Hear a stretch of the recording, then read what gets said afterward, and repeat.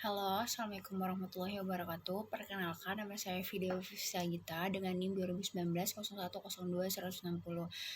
Di sini saya akan menjelaskan mengenai materi dari manajemen audit dengan topik sebagai berikut. Oke, sekarang kita masuk ke pengertian umum dan konsep dasar dari manajemen audit. Manajemen audit atau audit manajemen itu terdiri dari dua kosakata, yaitu audit yang berarti memeriksa, investigasi, membandingkan dan lain-lain, dan manajemen itu terdiri dari POAC. Kita masuk ke tahap audit. Tahap audit itu ada sebanyak 1, 2, 3, 4, 5. Yang pertama, audit pendahuluan. Itu memiliki tujuan, informasi, latar belakang, objek. Kedua, penilaian peraturan, ketentuan dan kebijakan. Yang ketiga, penemuan objek yang memiliki potensial kelemahan. Yang keempat, menentukan audit sementara. Yang kedua adalah review dari pengajian pengendalian manajemen.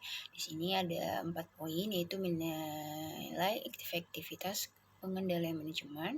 Kedua, memahami pengendalian yang berlaku. Ketiga, mengetahui potensi kelemahan aktivitas. Dan keempat, mendukung audit sementara dan menjadikannya audit yang sesungguhnya. Yang ketiga, audit terinci. Di sini ada 2 poin, yaitu pengumpulan bukti yang cukup, relevan, dan kompeten. Yang kedua, pengembangan temuan. Selanjutnya, keterkaitan temuan satu dengan temuan yang lain. Selanjutnya lagi disajikan dalam kertas kerja audit atau KKA sebagai pendukung kesimpulan dan rekomendasi yang dibuat.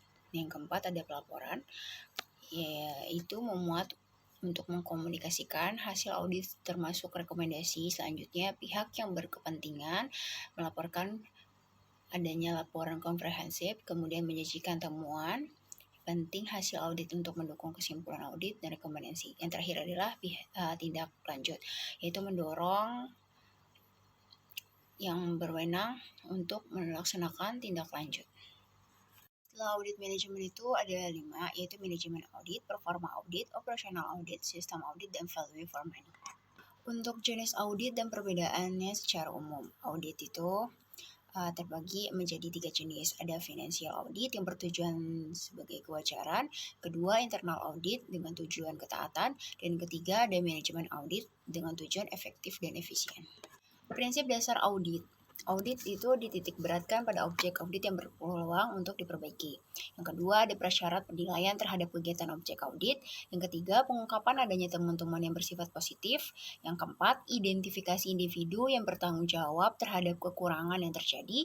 Yang kelima, penentuan tindakan terhadap petugas yang seharusnya bertanggung jawab. Yang keenam, pelanggaran hukum. Dan terakhir, penyelidikan dan pencegahan kecurangan. Adalah gambaran konsep dasar audit yang dimulai dari perencanaan, pengorganisasian, pengarahan, kemudian disusun lagi ada pengawasan dan pengendalian, kemudian ada lagi aktivitas audit. Di dalam pengawasan dan pengendalian ini adanya sebuah tujuan perusahaan, ya, yang dituju dari sebuah tindakan audit. Yang pertama, dapat dipercaya data akuntansinya. Kedua, terjaganya keamanan aset perusahaan. Yang ketiga, berjalannya operasi secara efisien. Dan keempat, ditaatinya ketentuan peraturan dan kebijakan perusahaan. Lingkup dari konsep dasar audit ini berisi sumber daya, kemudian informasi, dan juga teknologi. Definisi dan jenis audit manajemen. Audit manajemen itu memiliki definisi sebagai berikut, yaitu pengevaluasian terhadap efisiensi dan efektivitas operasional perusahaan. Jenis-jenis audit manajemen itu ada 4, yaitu audit laporan keuangan, audit kepatuhan, audit internal, dan audit operasional. Tipe audit, pelaksana, tujuan, dan penerima laporannya. Di sini tipe audit laporan keuangan. Pelaksana auditnya itu auditor eksternal. Tujuannya itu menentukan apakah laporan auditnya telah disusun sesuai dengan prinsip-prinsip akuntansi yang bertujuan umum, dan kemudian diterima laporannya oleh pihak ketiga seperti investor ataupun kreditor. Yang kedua, ada tipe auditor kepatuhan. Pelaksana auditnya adalah auditor internal atau auditor eksternal. Tujuan audit ini juga menentukan apakah laporan audit ini tingkat kepatuhannya suatu entitas terhadap hukum, kebijakan, rencana, dan prosedur. Penerima laporannya itu manajemen entitas yang berkepentingan yang bersangkutan dengan pemerintah. Yang ketiga itu adalah audit internal. Pelaksananya adalah auditor internal. Tujuannya itu menilai keandalan laporan keuangan, menentukan tingkat kepatuhan suatu entitas. Yang ketiga, menilai pengendalian selama organisasi, mengenai informasinya. Kemudian menilai efisiensi dan efektivitas penggunaan sumber daya. Dan yang terakhir, program peninjauan terhadap konsistensi hasil dengan tujuan organisasi. Penerima laporannya itulah manajemen dan entitas yang bersangkutan. Dan terakhir adalah tipe audit operasional manajemen. Pelaksana auditnya adalah auditor eksternal ataupun internal. Ruang lingkup sasaran dan tujuan audit manajemen. Pada ruang lingkupnya yaitu seluruh aspek kegiatan manajemen baik seluruh atau sebagian dari program ataupun aktivitas yang dilakukan. Kemudian sasarannya adalah berupa kegiatan, aktivitas, program, dan bidang dalam perusahaan yang perlu diperbaikan atau peningkatan baik segi ekonomisasi, efisiensi, ataupun efektivitas. Elemen tujuan audit itu memiliki kriteria penyebab akibat. Kriterianya itu berupa standar aktivitas, penyebabnya yaitu berupa tindakan atau aktivitas individu di perusahaan, dan yang terakhir akibat. Kriteria itu perbandingan antara penyebabnya ya. Untuk perbedaan audit manajemen dan audit keuangan ini bisa dilihat berdasarkan karakteristik, kekuasaan audit, tujuan audit ataupun ruang lingkup ataupun dengan dasar yuridisnya. Intinya audit manajemen ini audit yang menemukan penyebab kelemahan, menganalisa akibat, menentukan perbaikan program aktivitas perusahaan. Sedangkan audit keuangan ini lebih mengarah ke audit data akuntansinya, proses pencatatan, bahkan laporan akuntansinya. Jadi seperti itu. Lingkup audit yang mengarah ke audit manajemen ini seperti yang udah kita bahas tadi, POAC, yaitu Planning, Organizing, Actuating, dan Controlling.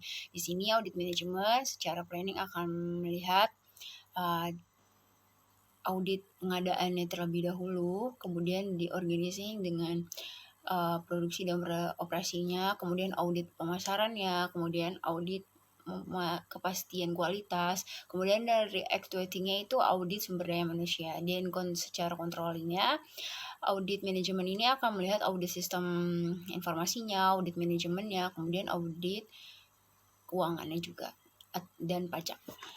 Kerangka kerja audit manajemen ini adanya perbedaan. Perbedaan ini menyangkut kriteria, terus kemudian ada penyebabnya, ada pun juga kondisinya. Dari penyebabnya adalah pelaksanaan program, kemudian ada kondisi di mana hasil aktual pelaksanaan program. Sehingga mengakibatkan adanya keuangan maupun non-keuangan, terus adanya rekomendasi dan dilakukan tindak lanjut.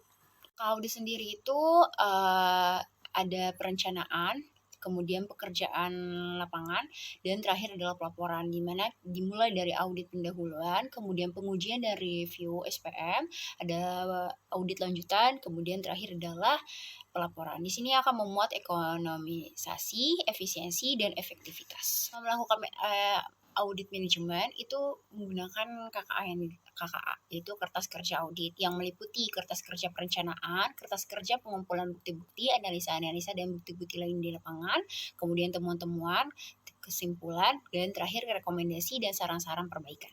Terakhir, laporan audit itu intinya adalah ditemukannya sebuah kriteria, kemudian adanya kesimpulan audit, dan dibagi lagi menjadi temuan akibat dan temuan dari penyebabnya. Sekian dari presentasi saya, kurang lebihnya mohon maaf. Assalamualaikum warahmatullahi wabarakatuh.